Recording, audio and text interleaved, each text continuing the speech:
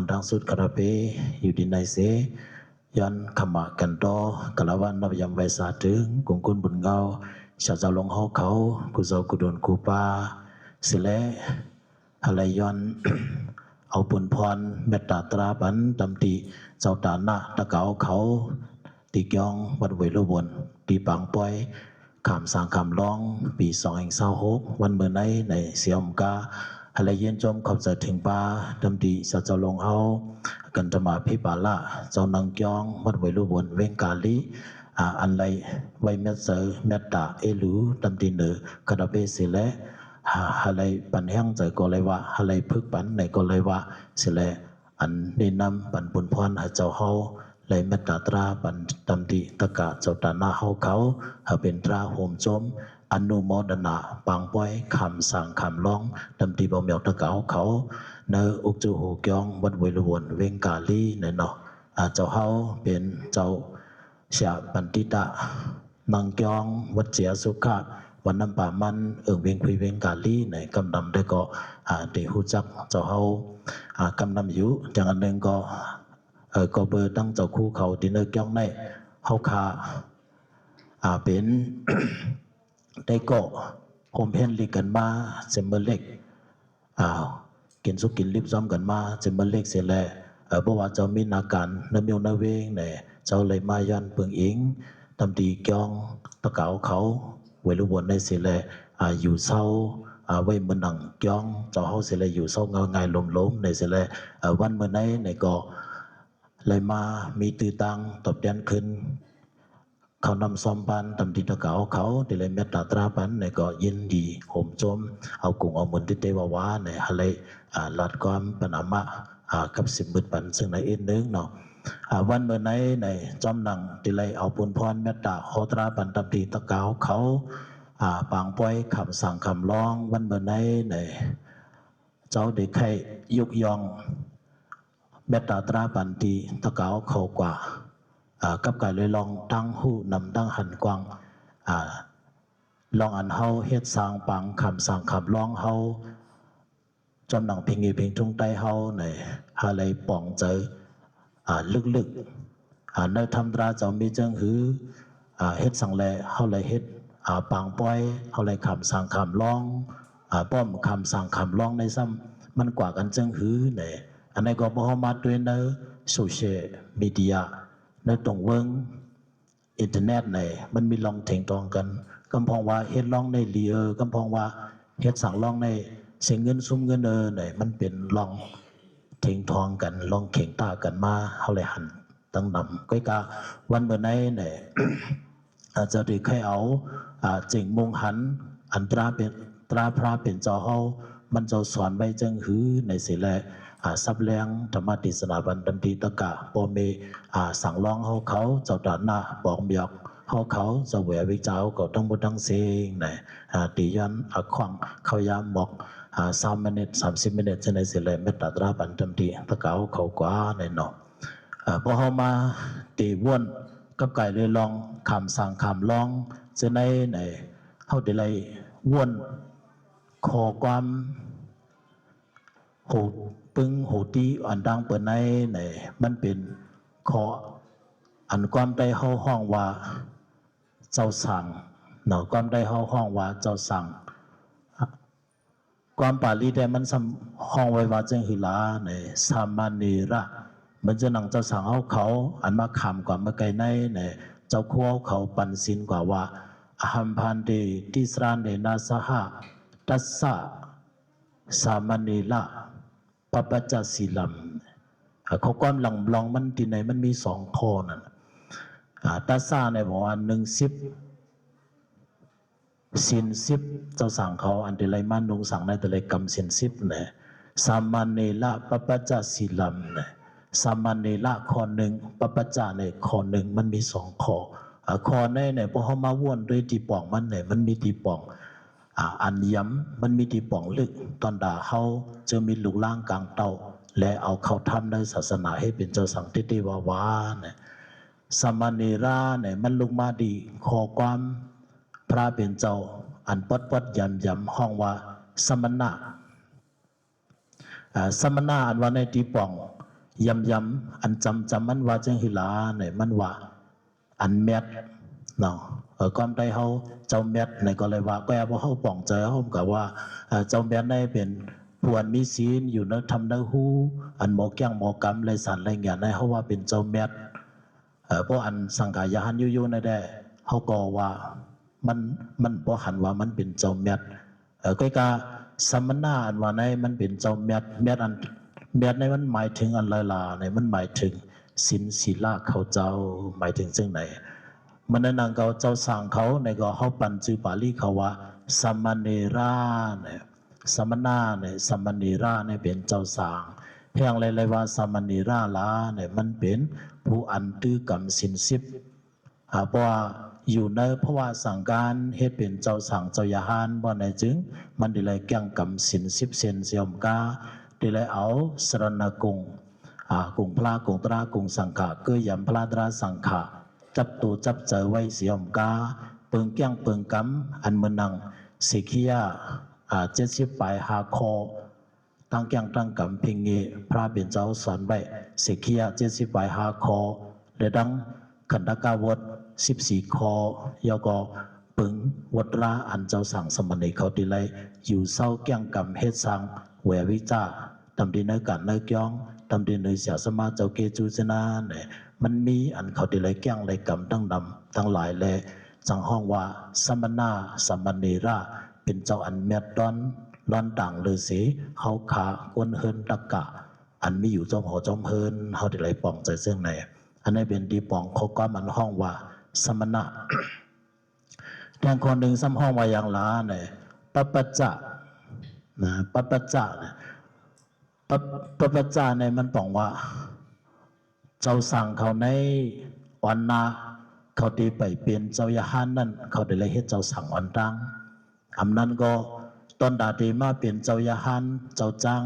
เจ้าเสียนนางจ้องหนึ่งป้าในเนี่ยมันได้เลยลัดผ่านเพราะว่าปานเป็นเจ้าสั่งมาวันตังสิก่อนมันจะนั่งตะเกาเขาอายุอาศักเลยเศร้าหนึ่งยาวเนี่ยเขามีส่วนเฮ็ดเป็นเจ้ายาหานวันในศิลาก็วันตังสุดในเขาได้เลยมาคำเป็นเจ้าสั่งบอก1 วัน 5 1 วง 5 1 เดือน 5เนี่ยอไว้มาเขาใคร10ขึ้นแทงเนี่ยมันอย่างก็เลยขึ้นเป็นเจ้ายาหานอันนี้ก็ปัปปัจจาเนี่ยมันบอกว่าอ่อนนาจูไปเป็นเจ้ายาหานนั่นดีเลยพึกแก้งพึกกำนุ่งเป็นเจ้าสั่งสมณีอ่อนต่างก่อนเนี่ยก็เป็นอะไรตีป่องอันเขาดีเลยป่องเจอไว้ อันเขาคำสั่งคำจ้องในเนี่ยมันเป็นอันเขาดีเลยเอากุ้งเอาหมุนเขายุกอย่างเอาลูกล่างกลางเตาเขาเฮ็ดผู้ลีก้นแมดแห้งเลยเขาเลยเป็นผู้ลีก้นแมดลาในมันจึงเจ้าลัดก่อนเมื่อไกลก็เบอร์สินทำเขาเจ้าตั้งแก้งตั้งกำเขาเจ้าลองลัดลองจากเขาเจ้าไล่ไว้นำใจเขาเจ้าไล่อยู่ไล่เศร้าเขาเจ้าไหนมันนิ่มเย็นมันกึกปาสินทำเลยมันแมดร้อนตอนต่างฤาษีเขาจะเป็นตะกาก้นเฮินในเขาหลุดป่องใจที่ไหนที่ไหนในเด็กให้เอาในสุดดันอันพระเป็นเจ้าเขาขอไว้และอันมีในปืนสุดดันพระเป็นเจ้าในเจ้าเขาเลยเห็นเมื่อเขาเป็นพระวานลูกเห็นอยู่เซาดีเมืองมานในมันเป็นสุดดันอันรีไม้ต้องอันหนึ่งและจือเสียงอย่างในปืนพระเป็นเจ้าอันหนึ่งอันนั้นเป็นอันเลาในสามิงยะพระสุดดันเจ้าเขาเลยเห็นสามิงยะพระสุดาเนี่ยพอเลิน12 โมงเนี่ยมันมีกึกว่าเป็นวันสามิงยะพระสุดวันนั้นพระเป็นเจ้าโฮสามิงยะพระสุดเนี่ยสามิงยะพระที่ป่องโคก้ามันในเนี่ยก็ใครซับเลี้ยงเนี่ยตะเกาเขาอีกหนึ่งสามิงยะเนี่ยมันลงมาเดียนเจ้าว่ากับเมื่อไกลโคก้ามันว่าสมณะนั้นนะสามิงญาเนี่ยมันลงมาดีสมณะแหงเนี่ยหน้านั้นเนี่ยพอออกความปาลีมานว่าก่อนหน้ากีนั่นมันเอายาปินมาจับใส่มันเป็นเนี่ยปอไล่สตาวะสามิงญาเนี่ยสมณะเนี่ยเอาเป็นเนี่ยแนวขึ้นลายเป็นเนี่ยก็ไปในมันเป็นกับสามิงญาที่มันสามิงญาอันว่าในมันเป็นสมณะลูกดีโคก็มันว่าสมณะลูกดีโคก็มันว่าสมณีระนั่นก็สมณะในเหตุเป็นมาไก พระลาอันว่าในสัมปองอีสังหลาเนี่ยบอกว่าพรหลีอาเกียวมันนะพรหลีอาเกียวพอเขามาโฮมกันในวนสองคนในสามีญาพระเนี่ยบอกว่าพรหลีอาเกียวอันเฮ็ดเจ้าสั่งเจ้าจ้างเนี่ยอันในพระเป็นเจ้าห่อบันเพลาเนี่ยห่อบันคนห่อคำอาจารย์สัตว์ตะเกาเขาได้ย้ำเย็นกันเนาะคนห่อคำอาจารย์สัตว์เนื้อเพ่งความไปเฮาในงอเจ้าเขายำถ่อมมึกก็เล็กยำเย็นอันหนึ่งเนาะมันนั่งคนเอาเข้ามาจัดนักสัตว์ในเจมือ มันไปเกิดออกต้องเมดินเนอร์ต้องนางหอกคำอันเป็นเมคนหอกคำปิ่มพิสาระก็อันปางพระเป็นเจ้าเมื่ออยู่เศร้าเอาว่าดีเกี่ยงมันดีเมืองมากระทะเมืองลาสกิวสิแลเฮ็ดปันเกี่ยงเวลุวนนั้นจิเมื่อมันไปเกิดออกต้องเมในเนี่ยมันนางหอคำเวทีหินในมันจับต้องมาเจ้าใจอาจารย์ศาสตร์ในมันเฮ็ดเข็นดอกโปมันเนี่ยเฮ็ดเข็นเจ้าหือล้าเนี่ยเมื่อนางหอคำเวทีหีจับต้องมานานเนี่ยมันใครกินเลือดเจ้าหอคำเป็นพิศาละแห้งน่ะนะมันจึงหนังว่าอยู่ก็มันเจาะมันจะหนังข้อแห้งข้อเหือดเฮ็ดจังไหนสิแลตุกย้อนกินเมี่ยวหนึ่งเอาเมี่ยวหนึ่งเนี่ยพออ่ำไล่กินเลือดคนเอาคำปิ่มพิศาลาในแด่มันนั่งอยู่สาเจอเนี่ยลื่นสุดคนเอาคำปิ่มพิศาลาในพอเลยถือปองมือมันเห็นเลยตุ้งเอาเลือดมันเสียเลยปันเฮนางหอคำเวทีหีในกินน้ำเลือดเจ้าหอคำเสียจงก็อยู่สามาจงก็เกิดเร่งลุกมาเนี่ยจีมันอันห้องว่าอาจารย์สัตอันว่าในมันลงมาดีความปาลีอันห้องว่าอาจารย์สัตตุอาจารย์สัตตุในบอกว่าเจมเมอร์มั่นใจไปเกิดเจมเมอร์มั่นเจ้าไปเกิดในมันบ่เฮ็ดเข็นต่อปอมันยาวเนี่ยก็เป็นนั้นแหละไล่ชื่อว่าอาจารย์สัตตุเฮามาห้องความวัดย้ำเฮาต้องไงกันว่าคนหอคำอาจารย์ศาสตร์หันจังไหนคนหอคำอาจารย์ศาสตร์ในย้อนเบอร์มันเลยเฮ็ดก็กวนอันมีตังวนพิษอันเป็นเจ้ายาหันติวตัดสิเลเลื่อนสุดมาเลยเฮ็ดเข็นต่อปอมันเลยเอาปอมันตกคอกย่อก็เอาตกคอกสิดาก็ปอมันตั้งตึกมีแห้งแก่นแข็งอยู่แลเลื่อนสุดมาเลยถือผ่าดินปอมันอย่าไปหาเลยอย่าไปหาจังไปสิแลเลื่อนสุดมันปอมันใจเลยตายกว่าตีในคอเนี่ยวันอันปอมันตายนานตายตีในคอกนั่นเนี่ยเมื่อมันหูเข่าปอมันตายนานเนี่ยลูกมันก็สำเกิดว่านานเนี่ยนะกวนอันมาป่องข่าวว่าอันปอมันตีในคอกลูกตายกว่านั่นเลยสังนอนเพกว่านั่นเลยสังอันลูกใจอ่อนมันเกิดมันนั่นเลยสังเนี่ยมาแมนเมื่อเดียวกันพอเป็นเช่นไหนเนี่ยมันจังหู้ตัวว่าลองตั้งหักจีเนอปออันไว้เนอลูกในมันใหญ่แห้งกาหือเนี่ยมันขึ้นคุกจะเลยมันเลยขันจานเจอมันพวกนี้เจ้าไหนมันว่ากับปล่อยปอก็เลยเนี่ยมันตันขึ้นเราปอมันบอลลูตายที่เนอคอกเยาปอมันมีลูกมาเนี่ยมันหูลองขันจ้าว่าจูปานเป็นปอก้อนหนึ่งในมันหักเนอลูกล่างกาหือเนี่ยมันตูดทบมามันหูไหวสิปอมันตายกว่ายาวเนี่ยมันขึ้นวนขึ้นบอกว่าปอมันในเป็นตะกาพระเป็นเจ้าพอเอาในจันศาสนาว่าในก็มันเจ้าเป็นโซดาปันคนเอาคำเป็นพิศาลาในเห็นแล้วมันเลยเอาปอมันตายเสียมันนอนอ่ำลับปอมันนอนอ่ำลับเนี่ยเห็นนั้นกลางขึ้นมานอนลับปอมันหาตีวางหูมันนอนเนี่ยมันจะหนังตีนอนมันในเลือดไม่เจอเลือดเจอห้อนเสียมันเลยลุกมานั่งดังขึ้นห้องหาเสียที่เขามาลาดปันตั้งวนมันก็มันเหมือนเจอยาเจ้าหือก็หายเนี่ยอยู่ให้เจนั้นมาปีพ่นปีสิแลลื่นสุดมามันจ่องทำอมัดก้อนหนึ่งอันห้องว่าจีวกาเนี่ยอมัดก็นั้นว่าเขาได้เสียเขาเป็นพุทธะเจ้ากตมาว่าจังไหนสิแลเมื่อไหร่ก็เมื่ออ่อนเก่ากว่าจูเจ้ายาหันกตมาด้วยมันได้เป็นเจ้าหือมันได้ยาบันตั้งหรือตั้งไม่เก่าไรอยู่โย่เนี่ยมันวนจังไหนเพราะในคนเอาคำอามาลงจีวกาก็เฮาหางแฮนซึ่งหันอามาพองเมืองเขาสิเลยมือกับจูดีพระเป็นเจ้าอันอยู่เศร้าดีย่องเวลุบนนานเนี่ย มือกว่าที่นั้นหันจึงหือลาเนี่ยเจ้ายาหันเขาหาปักเลดังพระเป็นเจ้าตึกวันกันหอตราถ่อมตรากันอยู่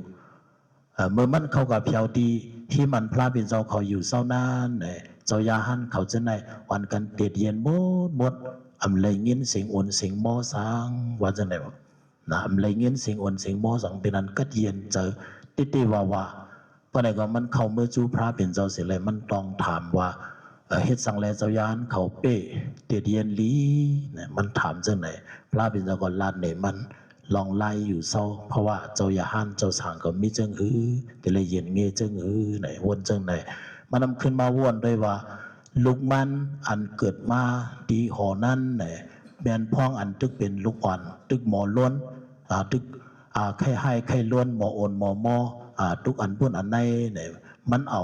เพราะว่าลองอยู่เศร้าเจ้ายาหันเขาอันมันเจ้าตูทุกตาหันนั่นเสร็จเลยมันขึ้นมาวนด้วยลูกมันอันมีตาหางหอนั่นมันเปียกเปื้อนกันจึงเนี่ยจังว่ามันขึ้นตองถามขอถามที่พระเป็นเจ้าคนหนึ่งว่าเพราะว่า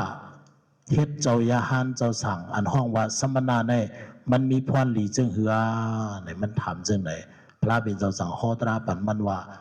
พรหลีเพราะว่าเจ้ายาหันเจ้าสั่งก็ในมีจึงหลายๆในพระเป็นเจ้าข้อบันอ่อนดังสุดมีศีล10อ่อนดังสุดไหลตื้อกำตูนิมจะนึมปอกแกงกำไหลสันไหลเงียนไหลมักไหลโผไหลอภิญญาณไหลยถาภูตั้งญาณไหลสเปงยิ้วตั้งญาณในพรหลีมันไหล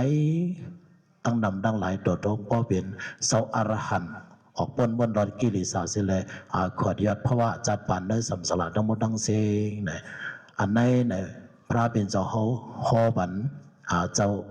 คนอคำติวัดอาจารย์ศัตร์พรหลีลองเฮ็ดเป็น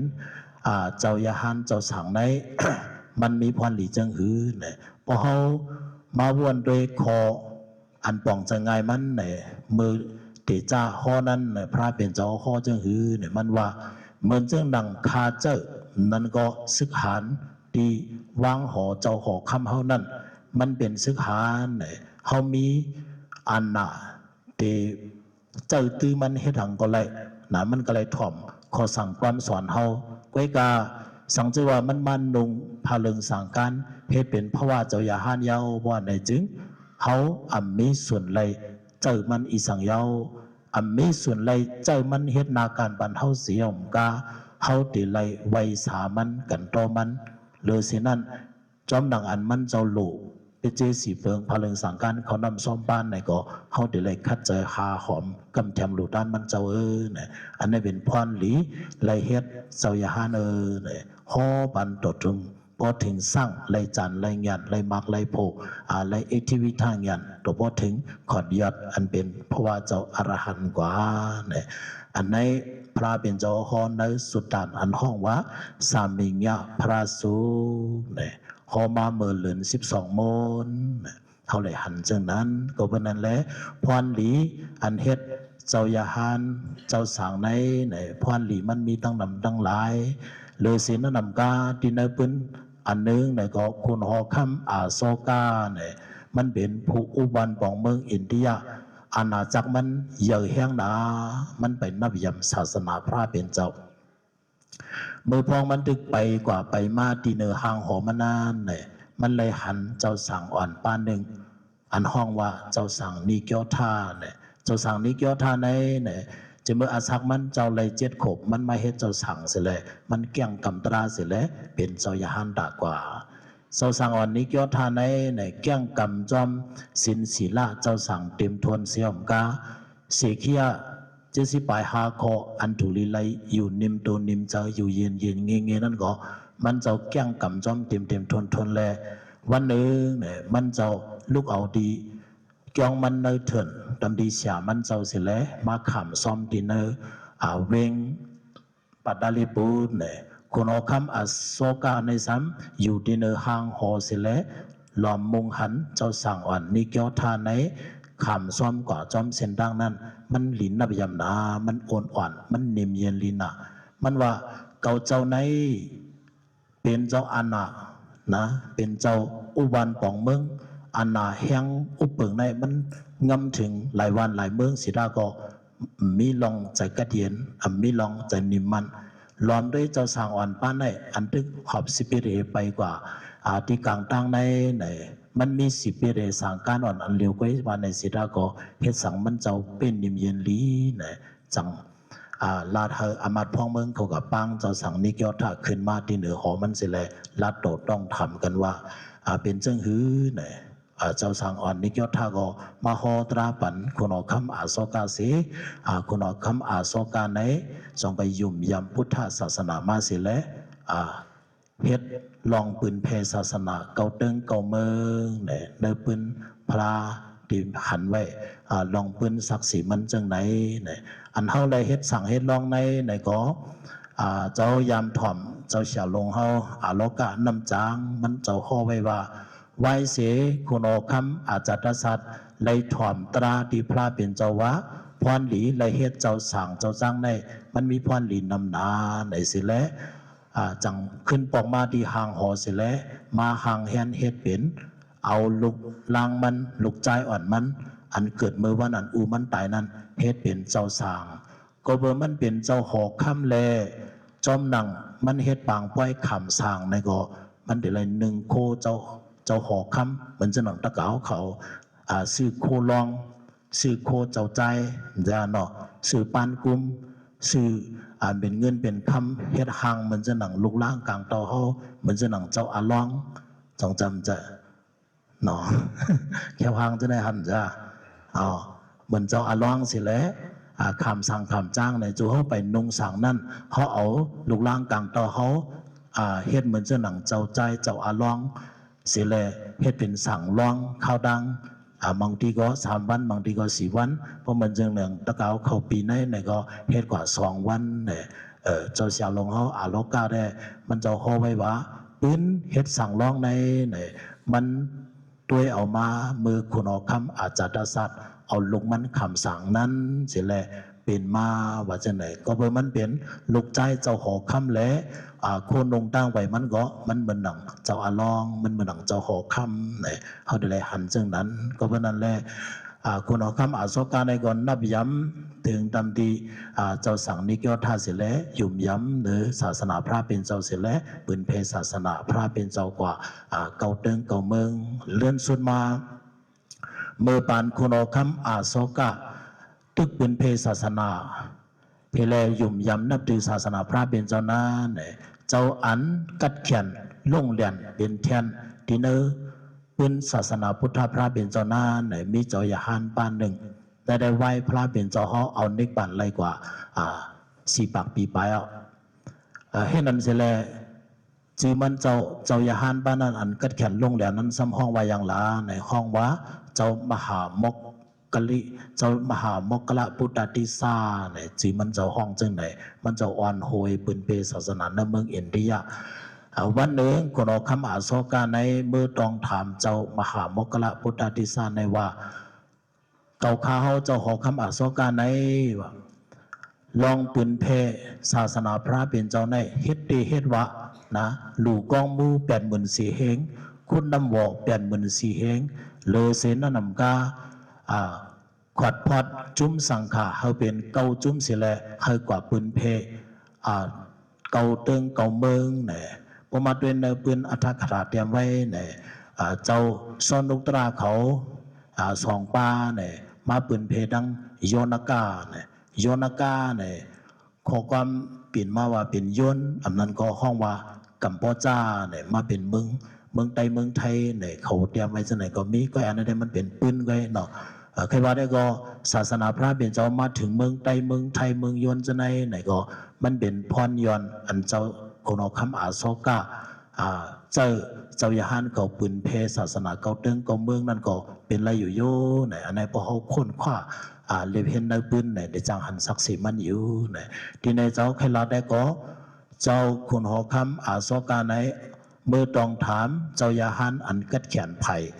พุทธศาสนาเมื่อป่านมันเจ้าเป็นหกคำนานเจ้ามหามกละพุทธติสานันว่าจังหือเกาค้าลูด้าน1 เมียว84,000เฮง84,000กวนกูเมียวเสียมกาไล่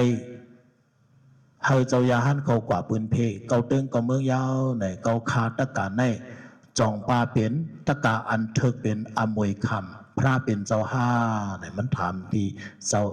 ยาหันมหามกลาพุทธติสานั้นจังไหนเนี่ยเจ้ายาหันนั้นขึ้นตอบว่าไปเป็นว่าจังไหนวะนะมันหลู่ด้านเยอะด้านลงอะไรหันเนื้อปืนต้องนำเหมือนจังนั้นตะเกาเขากับไว้พระเมืองซิโอเนี่ยเมืองอินเดียเนี่ยเด็กหันลักเสาคนเอาคำอโศกาเนี่ยมันมีไว้ไปเป็นเนี่ยไปเป็นตะกะอมวยคำที่พระเปลี่ยนเจ้าทำตราพระเปลี่ยนเจ้าเนี่ยพวกนั้นเดลัยให้เรือเปลี่ยนลาเนี่ยเจ้ามหามกลาบดาติสาขึ้นหมอกปันวะพวกให้เปลี่ยนตะกะอมวยคำตามที่พระเปลี่ยนเจ้าธรรมะตายาตาบ่ในจึงเดลัยคัดเจอเอาลูกล้างกลางเตาเขาทันในศาสนาแทงก่อนว่าจังไหนวะนะมันสอนว่าจังไหน บนไหนคนเอาคำอาโศกาก็เลยหู้จังไหนเสียวเนี่ยมือพองนั้นเนี่ยมันสมีลูกใจก่อนหนึ่งเลยลูกยิงก่อนหนึ่งคนเอาคำอาโศกาเนี่ยลูกใจมันห้องวะเจ้าบะเหงตาลูกยิงมันสมห้องวะนางสังคเมตตามันลอยจังขึ้นมาตึกส่วนลูกใจมันเฮาเฮ็ดเจ้ายาหันแทงนะลูกใจมันเจ้ามาเหงตาในเฮ็ดเป็นเจ้ายาหันแก้งกำตราเฮาหู้ป่องเจิงเลี้ยงเจอตราถึงล้อนถึงแก่นลงเรียนแขนภายเสและเลื่อนสุดมาไลมาปืนแพศาสนาดีเมืองสีโหนะปืนศาสนาอันมาปืนแพดีเมืองสีโหเมื่อเลี้ยวในไต้เฮาเนี่ยก็ว่าเมืองสีโหเนี่ยมันหูจักกันนำนะก็เพื่อสังขาไต้เฮาอ่อนกันกว่าเห็นเลียงเมืองสิวในมันมีตั้งนำตั้งลายจิมาเจ้าคู่หลวงเฮาดอกตาธรรมสามีในอ่อนโหยและเฮ็ดกว่าในศาสนาอันมาฮือเฮิงเปิงใส่ดิเมืองสิวนั่นพายซ้ำเอามาเป็นเพลาในมันเป็นลูกใจคุณหอคำอาโศกะอันห้องว่าเจ้ามาเห็นตาในมาปืนเพนลื่นสุดมาอันเบนนางลูกยิงมันนางสังฆามิตาในก็เบิกข่อยพี่ไอมันสิแลย้อนเฮ็ดเป็นเจ้ายาหันนางยิงสิแลเฮ็ดเป็นเจ้ายาหันนางยิงมาในศาสนาพระเป็นเจ้าสิแลกำเรินมาไล่ปังเอาตนไม่หย่องปอที่ที่เมืองอินเดียนั่นสิแลมาผูกพังไว้ที่เมืองสีโหเนี่ยอันไหนเขาไล่หันปืนมันจังนั้นก็เป็นนั้นแหละ